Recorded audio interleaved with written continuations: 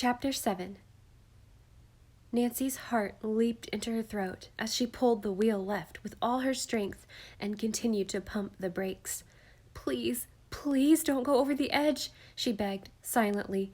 For one awful moment, the car continued to skid toward the cliff's edge. Then the brakes finally held, and the car shuddered to a stop. Nancy's legs felt like jelly as she backed onto the road and drove to the next overlook. She pulled in and parked beside an empty car. Falling forward, she rested her head against the steering wheel and took in deep breaths of air to still her pounding heart. "That was a close one," George said, slowly relaxing her grip on the dashboard. After opening her purse, George fumbled around in it. That truck had a logo painted on the side. "A pine tree, very stylized," she said, pulling out an envelope and a pen. With a shaky hand, she began to sketch a pine tree, its branches curved and capped with white like ocean waves. "I couldn't read the name, but I figure someone will know who the truck belongs to if we show them this picture," George continued, holding the drawing out to Nancy. "It makes me really mad when people drive so recklessly. I'm turning this guy in." "It was a guy?" Nancy asked. "I didn't have time to glance at the driver. It took everything I had just to keep the car on the road." "To tell you the truth, I'm really not sure," George said. She smiled weakly. "That was pretty fancy driving, Drew." Nancy shuddered at the thought of what might have happened if the car had continued its slide off the road. She took another deep breath, then checked her watch. "We'd better get going. It's 10 o'clock now." Checking for traffic, Nancy pulled back onto the road. A few moments later, George pointed and said, "That must be Joanna Burton's. See those black wrought iron gates?" Just up ahead, Nancy saw the iron gates. She pulled up in front of them to lean out the window and press the intercom button. When there was no answer, she pressed again. "Maybe this thing doesn't work," she said. Getting out of the car, Nancy tested the gate. It was locked. Once more, she tried the intercom. "Miss Burton, it's Nancy Drew," she said into the speaker, although there was no indication that she'd made a connection. After waiting a few more minutes, she tried again. No answer once more. Just then, a small, fluffy white dog raced up to the fence, poked its nose through the iron bars, and started yapping loudly. "What a darling dog!" George exclaimed, getting out of the car and squatting down in front of it. The dog ceased its racket, sniffed George's hand, and began to whine. "Something's not right," Nancy said, looking through the gate at the house. "We had an appointment with Miss Burton, and this dog almost seems scared." The piercing sound of an approaching siren interrupted Nancy's thoughts, and in the next minute, a small white car with flashing lights pulled up behind their car. Nancy was surprised to see Morgan Fowler get out of the car. "Could I see some identification, please?" he asked. "Morgan, it's Nancy Drew. We met last night, remember?" Nancy said. "Marcia Chung introduced us. This is my friend, George Fane." Recognition shone in Morgan's aqua eyes. "Nancy, the detective?" Morgan let go with one of his smiles. Holding out his hand to George, he said, "Nice to meet you." Then his expression grew serious. "One of the neighbors called in to report 2 loiterers at Miss Burton's gate. Part of our service is to make sure no one bothers our clients," Morgan said. "Nancy had an appointment to meet with Miss Burton, but the intercom isn't working, and the gate's locked," George explained. "You must be pulling a double shift," Nancy said, as Morgan tried the intercom button too. "Last night? And again this morning?" Morgan nodded. "We rotate days, evenings, nights. I got stuck with a shift change without any time off in between," he said. A third car, a sleek silver sports car, pulled up, then stopped. A tall woman with red hair done up in a smart French twist stepped out of the car. She was dressed in a navy suit and a red silk blouse. "What's going on here?" she asked, her hazel eyes flitting from Morgan to the two girls. Stephanie, what a nice surprise. Morgan quickly held out his hand to the attractive woman. Stephanie ignored the outstretched hand. Who are these people? Nancy wondered the same thing about Stephanie. Who was she to be asking so many questions? And how did Morgan know her? Judging from her expensive clothes, Stephanie wasn't household help. Perhaps she was Miss Burton's lawyer. Morgan quickly introduced Nancy and George. They had an appointment this morning with Joanna, but the intercom isn't working and the gate's locked, he explained. Open it, Stephanie told him. I'm not supposed to do that, Morgan said, hesitating. Something could have happened to Joanna. Open the gate, Stephanie insisted. Morgan leaned in and removed a clipboard from his car. He flipped through the papers, then went back to the gate and punched some numbers into the keypad set into it. The iron doors opened. Without so much as a glance at anyone else, Stephanie got into her sports car and drove through. Nancy quickly jumped into her car and followed, before anyone could tell her not to. George stopped and picked up the dog, carrying it with her up to the house. The house was Spanish style, with a red tile roof and dark red trim. Nancy saw when she joined George at the front door. She was surprised to note that the paint on the trim was peeling. What do you need to see my client about? Stephanie asked, appearing next to Nancy and George. I'm investigating a claim Miss Burton made regarding a diamond necklace, Nancy said. Are you with the insurance company? Stephanie asked. Nancy didn't want to lie, but she had no reason to tell this woman anything either. I'm sorry, but I don't believe I caught your name, Nancy said, dodging the question. This is Stephanie Cook, Nancy, Morgan supplied. He had driven his car inside the gates, too. You've probably heard of her. She's Joanna's agent, one of the best in Hollywood. Stephanie gave the girls a stiff smile before ringing the front bell. When no one answered, she tried the door, but it was locked. I drove all the way here from LA this morning. Joanna didn't say a word about going out, and she usually tells me everything, Stephanie said, obviously concerned. I don't have a key to the door, Morgan said. Stephanie poked in her purse. I don't have mine with me either. Stephanie pressed her lips together, then turned and headed for the garage. I think I know where she keeps an extra key hidden. Let me go in and see what's going on. Maybe I'd better call this in to Seaside Security, Morgan said, shifting nervously from one foot to the other. Stephanie waved away the idea.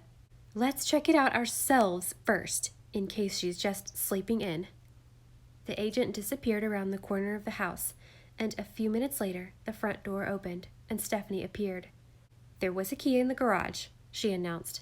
Doesn't Miss Burton have a housekeeper or something? Nancy asked as they stepped into the foyer. This is an awfully large house for her to take care of by herself. A woman comes in a couple of times a week to clean, Stephanie said. Joanna doesn't need full-time help. The agent pointed to a set of French doors at the opposite end of a huge, sunken living room.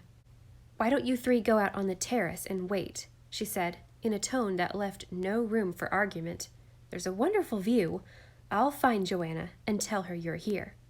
With that, Stephanie disappeared up a set of stairs.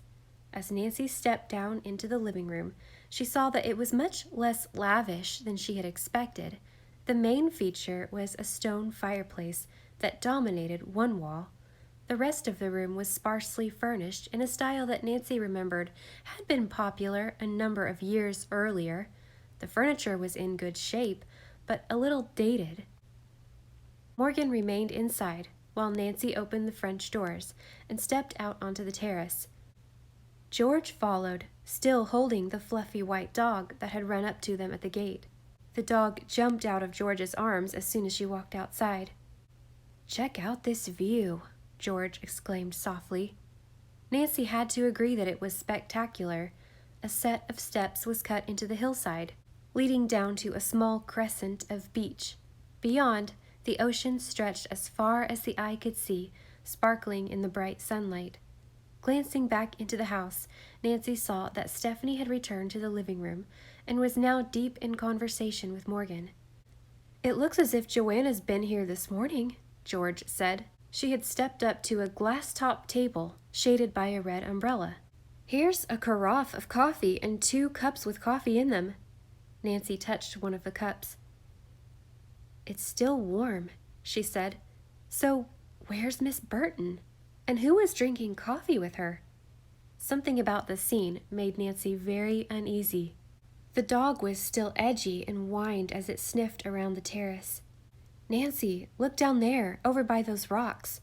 Are those sea otters?" George asked.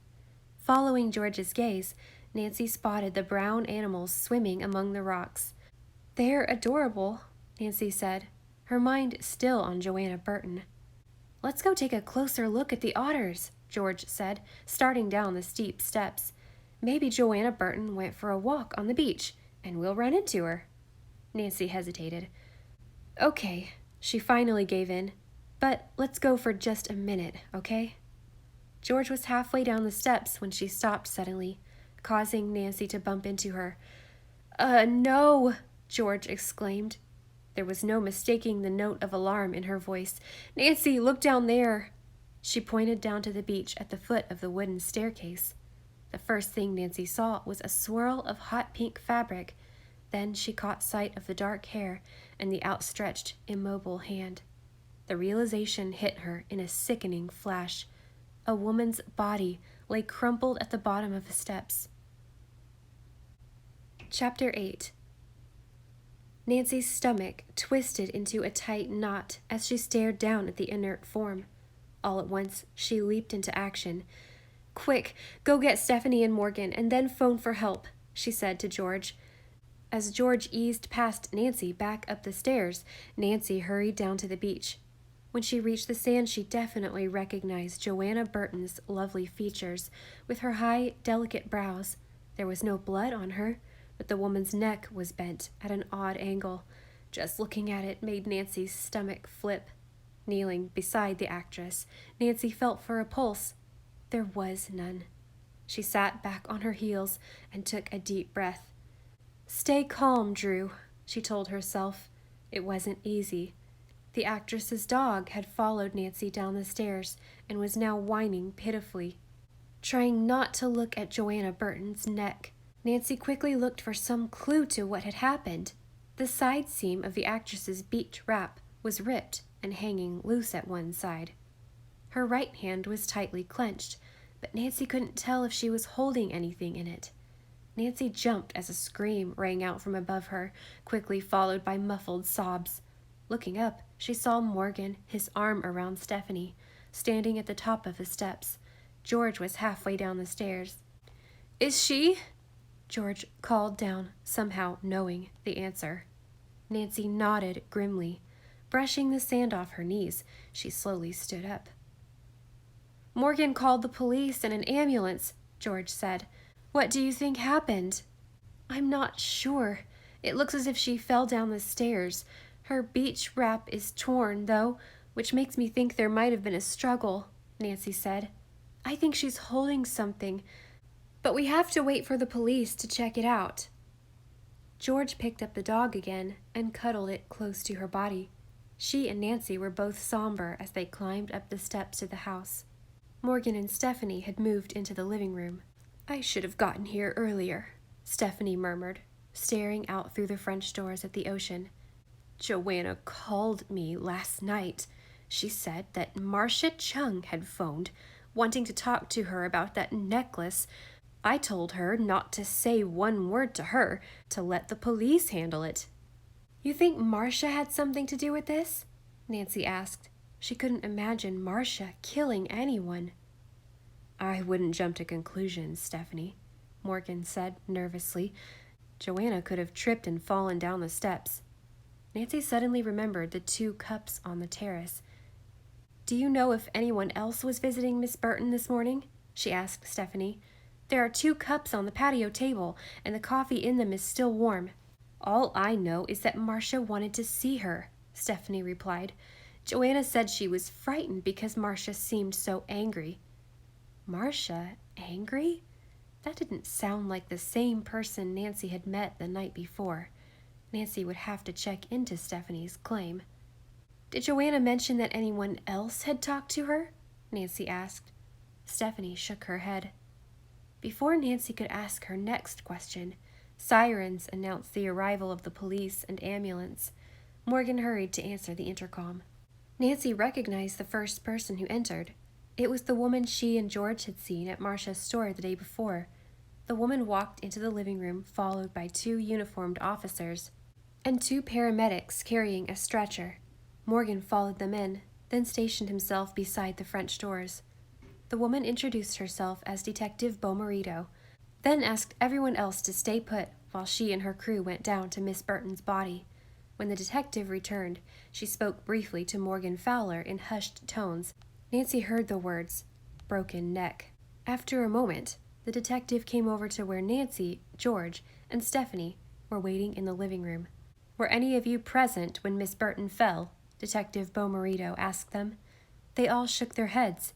"This is Nancy Drew and her friend George Fane," Morgan said to the detective. "They came here to talk to Joanna about her necklace. Nancy's a detective. She's working for Marcia Chung." "A detective?" Detective Beaumerito's eyes narrowed. She was anything but impressed. "And this is Stephanie Cook, Joanna's agent," Morgan went on, moving over to Stephanie. The agent's face was tear-streaked. A few tendrils of red hair had come loose from her French twist and were hanging in frizzy strands around her face. Stephanie took a deep breath, then spoke in a numb voice. "Joanna called me last night. She was worried because Marcia kept calling to talk to her about the necklace. I told her not to talk to Marcia until I got here." "What time did Miss Burton call you, Stephanie?" Nancy asked. "What time?" Stephanie repeated. "It was late. I'm not really sure." Something about what Stephanie had said didn't make sense to Nancy. Marcia knew Nancy intended to see Joanna Burton. Why would she call herself? "Do you know if Miss Burton's beach wrap was torn before today?" Detective Beaumerito asked.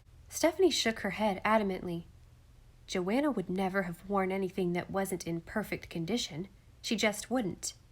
"What about this?" Detective Beaumerito asked, holding up a plastic bag. "Miss Burton was clutching it in her hand. Do you recognize it?"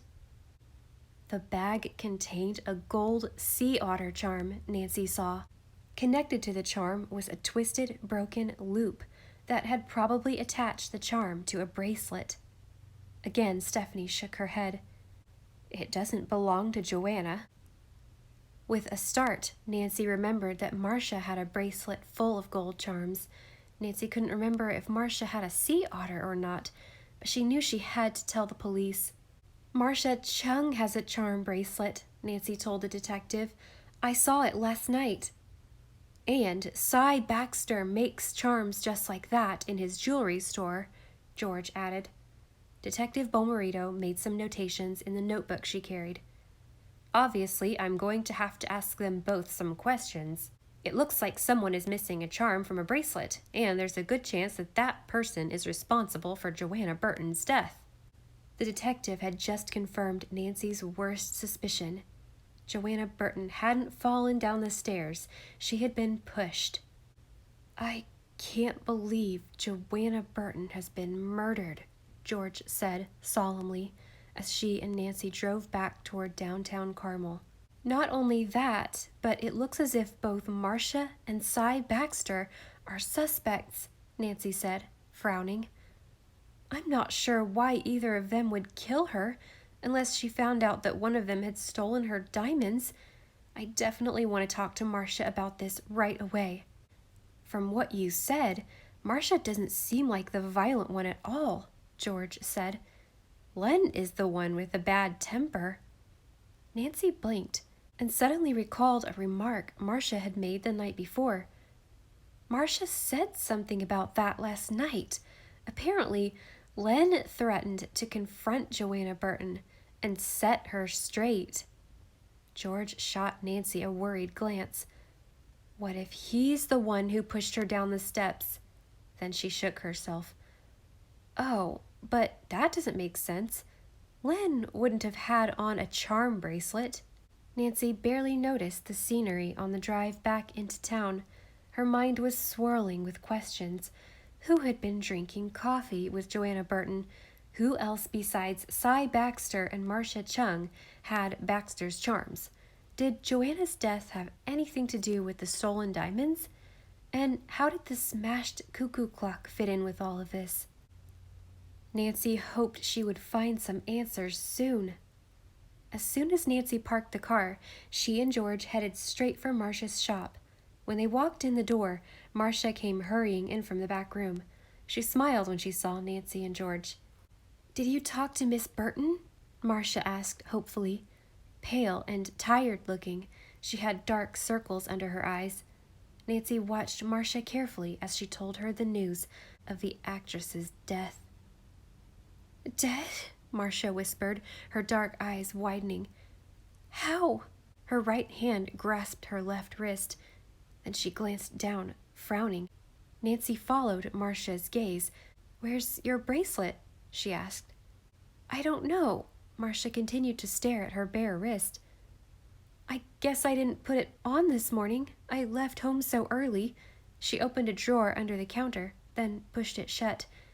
"No, I remember putting it on because I took it off when I got here. I was doing some sketches and it was getting in the way. Maybe it's in the workroom." Marcia turned to check back in the workroom. Nancy and George followed. "Maybe I didn't put it on this morning after all," she decided, after a thorough search.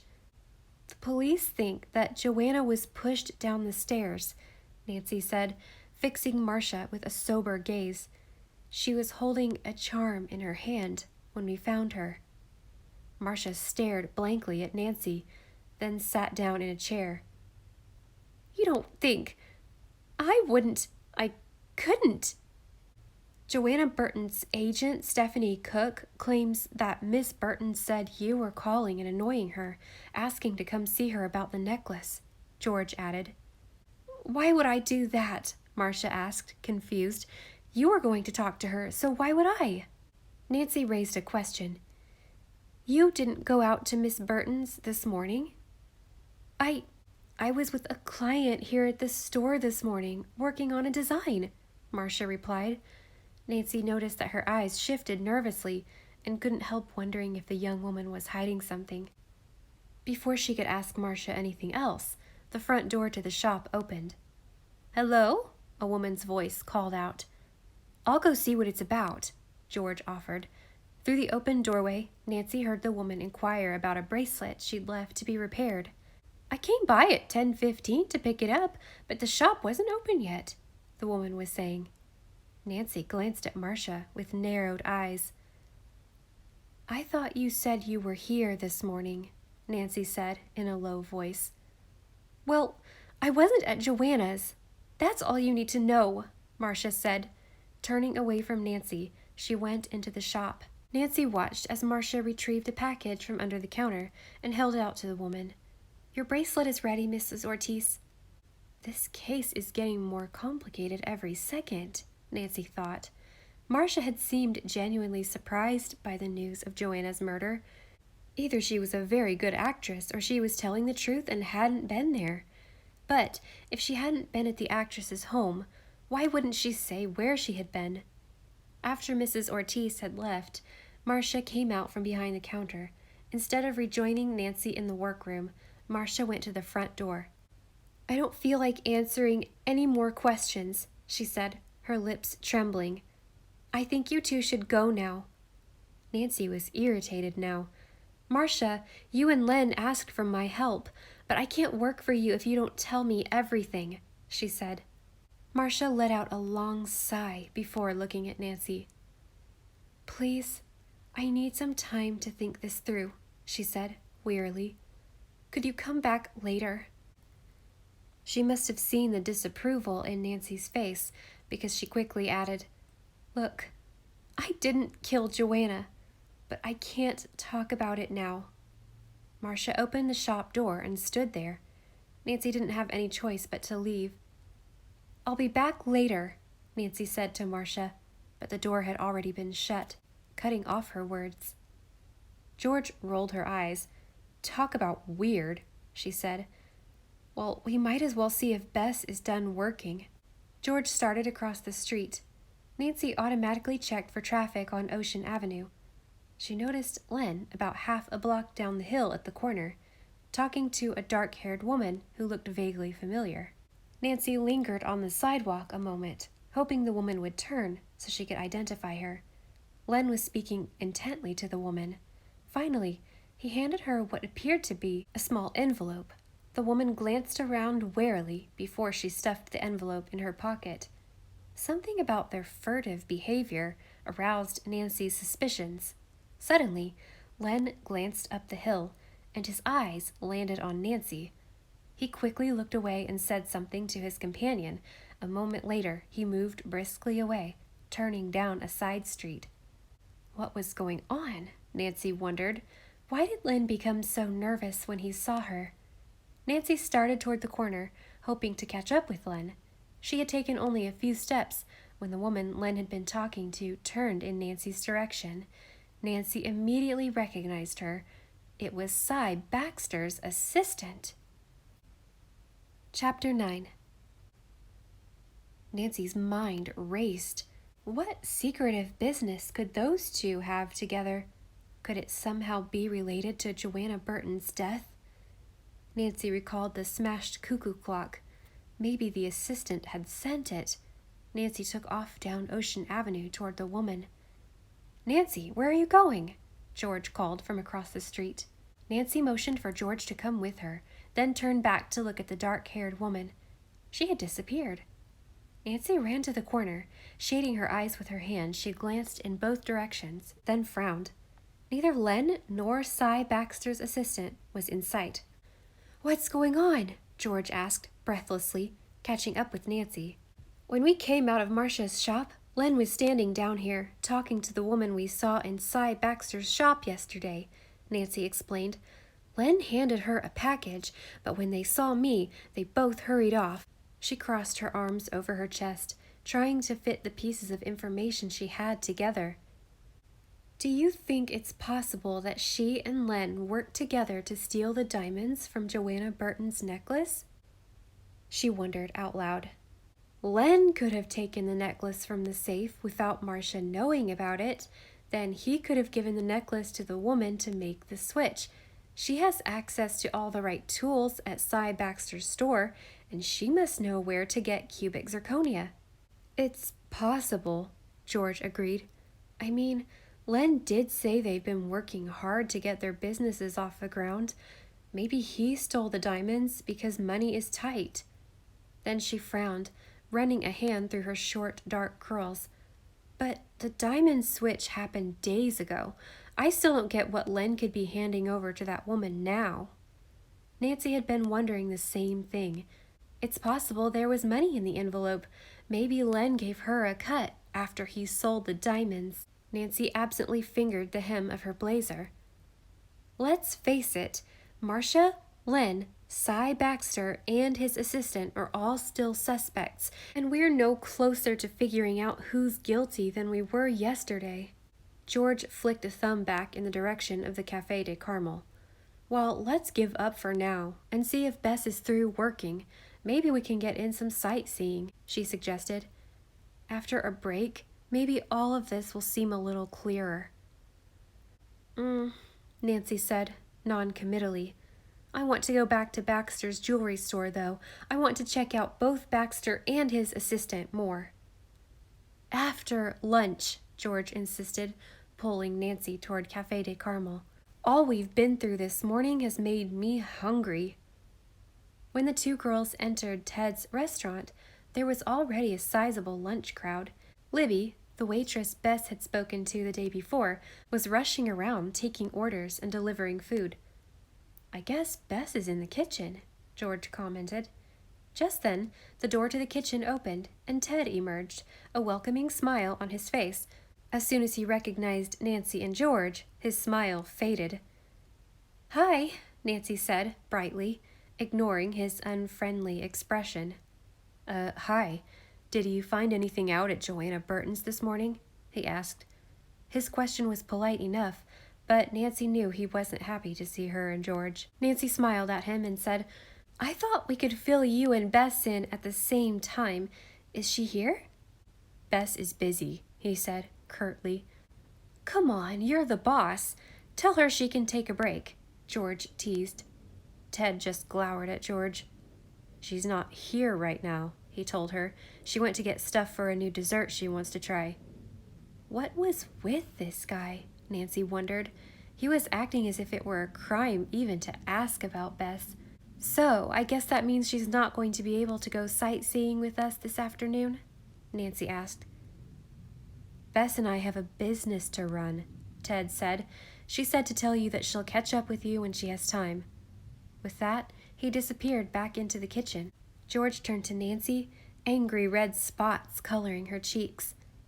She'll catch up with us when she has time, George said, keeping her voice low.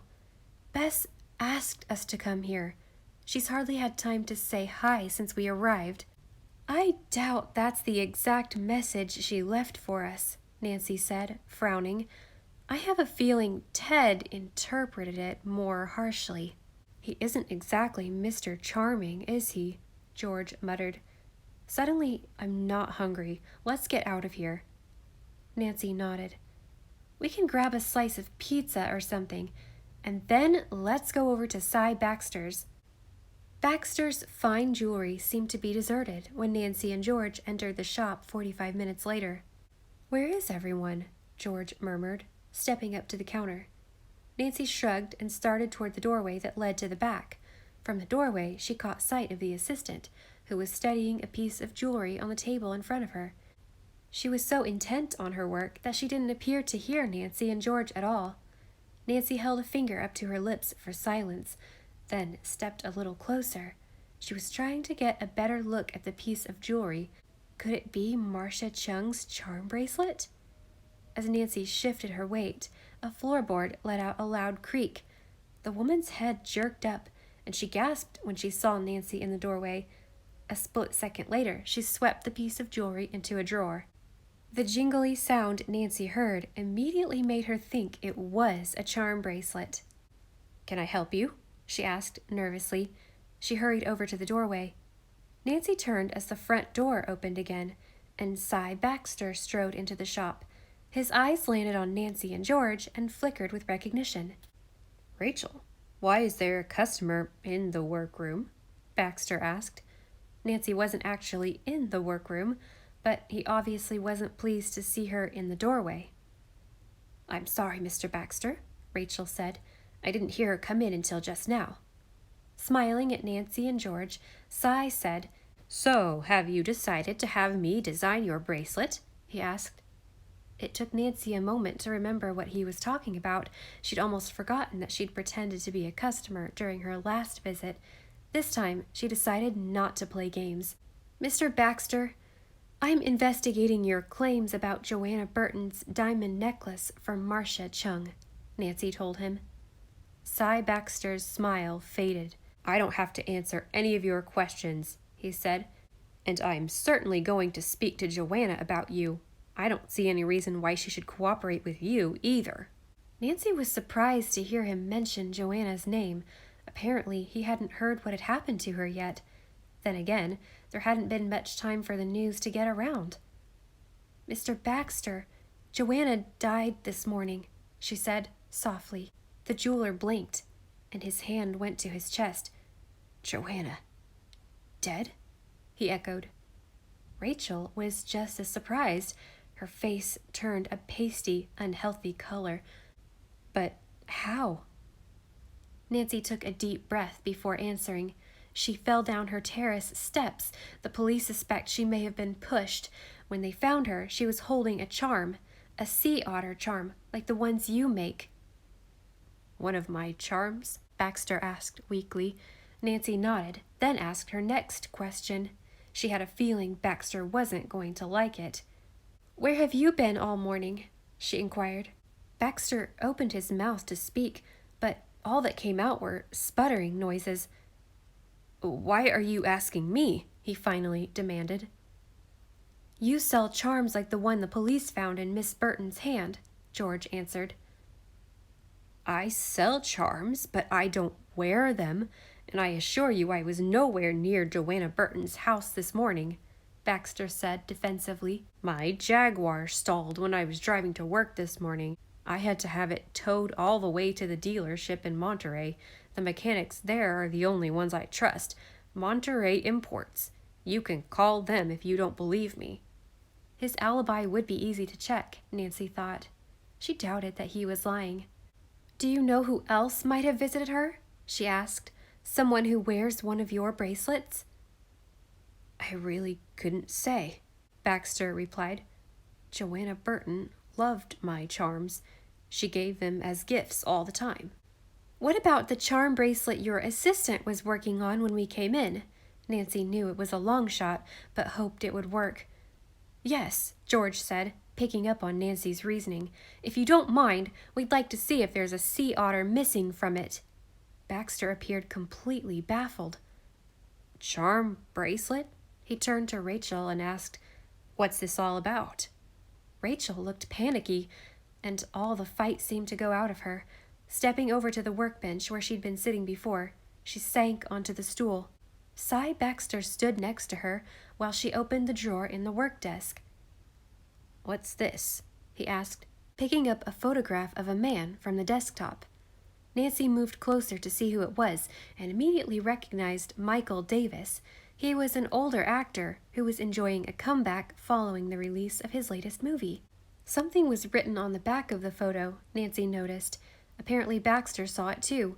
He flipped the picture over and read, Rachel, in every future there is a past. And it's signed. He laid the photo down in front of Rachel, shaking his head. Honestly, Rachel, this is a place of business. It's unprofessional to keep pictures of movie stars piled on your desk. When Rachel saw the photograph, her face went completely white. Oh no, she murmured. Then she added, I'm sorry, Mr. Baxter. I promise I'll get rid of it. Good. Now, where's that bracelet? Baxter asked, getting back to business. Rachel opened her work desk drawer and slowly took out a charm bracelet. Len wanted me to put on the charm that you made for him, the one that's the logo from his landscaping business. George stepped forward to look at the bracelet. So that's what Nancy saw Len give you a little while ago? Rachel nodded. He wanted it to be a surprise. Please don't tell Marcia. Taking the charm bracelet from his assistant, Cy Baxter carefully examined it. Here's Marcia's sea otter, he said, holding out the charm for Nancy to see. Nancy carefully inspected the small gold loop connecting the charm to the bracelet. It was slightly tarnished, not shiny the way it would be if it were new. Are you sure the sea otter charm was on there when Len gave the bracelet to you? Nancy asked. You didn't put that one on today? Oh no, Rachel answered with a firm shake of her head. The only new charm is the logo of Len's new business, Peninsula Pine Landscaping. Baxter fingered through the charms until he came to the right one. When he held it out, George grabbed Nancy's arm. Nancy did a double take when she looked at the charm. The charm was of a gold pine tree with white-tipped branches that looked like waves. It was identical to the logo on the truck that had nearly run them off the 17-mile drive that morning near Joanna Burton's house.